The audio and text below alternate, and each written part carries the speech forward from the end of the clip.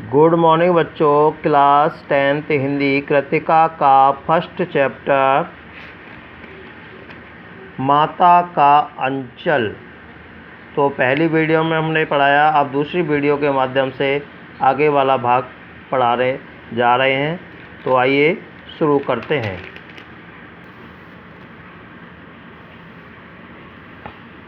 उनके साथ हम हंसते और जब हम अपने घर आते तब उसके साथ हम भी चौके पर खाना बैठते। वह हमें अपने साथ से फूल के कटोरे के गोरस भात सान कर खिलाते थे। जब हम आकर अफर जाते यानी पेट भर जाता, पढ़ने का मतलब हुआ पेट भर जाना, मैया थोड़ा और खिलाने के लिए हट करती।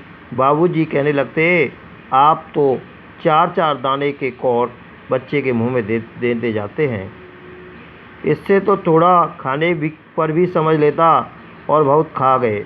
आप खिलाने का ढंग नहीं जानते, बच्चे को भर मुख कौर खिलाइएगा चाहिएगा।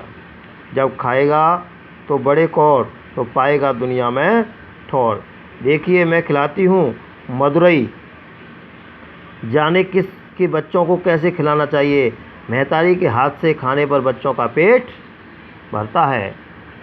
यह कहकर थाली से दही भात शांति हुई और अलग तोता, मैना, कबूतर, हंस आदि के बनावटी नाम के कौर कहते हुए खिलाती थी।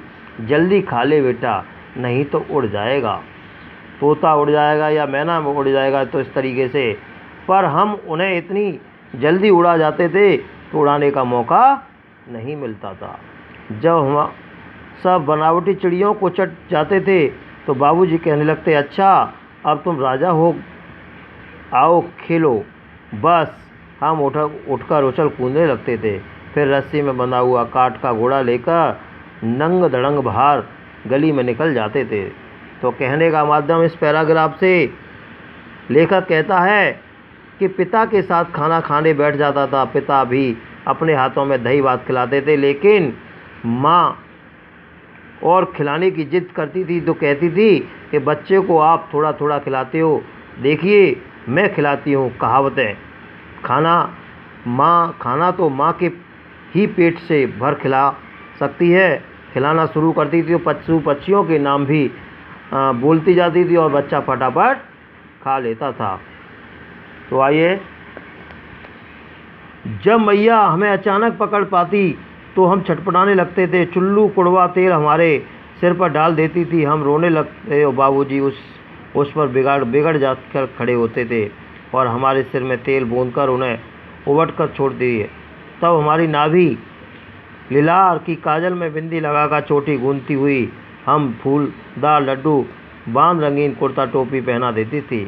काश कन्हैया बनकर बाबूजी की गोद में सरकते सरकते बाहर आते ही हमारा बाँट जोड़ने वाला बालक का एक झुंड मिल जाता। हम उन खेल के साथियों को देखते और सिसकना भूल बाबूजी की गोद से उतर पड़ते थे और हम जोलियों के दल में मिलकर तमाशे करने लगते थे। तमाशे भी ऐसे वैसे की तरह नाटक के थे। चबूतरे का एक कोना नाटक पर घर बना था।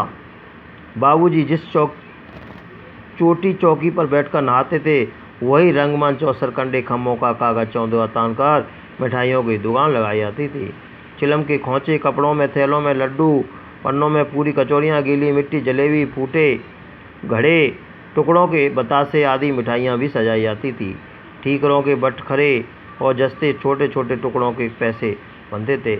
हम लोग खरीदारी और हम ही लोग दुकानदार। बाबूजी भी 2-4 गोरखिए पुरिये पैसे खरीद लेते थे। थोड़ी देर में मिठाई की दुकान बढ़ाकर हम लोग घरौंदा बनाते। धूल की मेड़ दीवार बनती थी और तिनकों का छप्पन, दातून के खम्भे,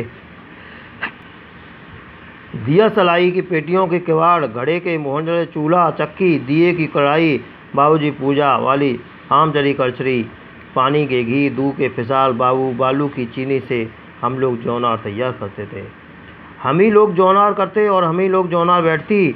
जब पतंग पंगत बैठ जाती थी तब बाबूजी धीरे से आकर पांत के अंत में जीमने के लिए बैठ जाते थे।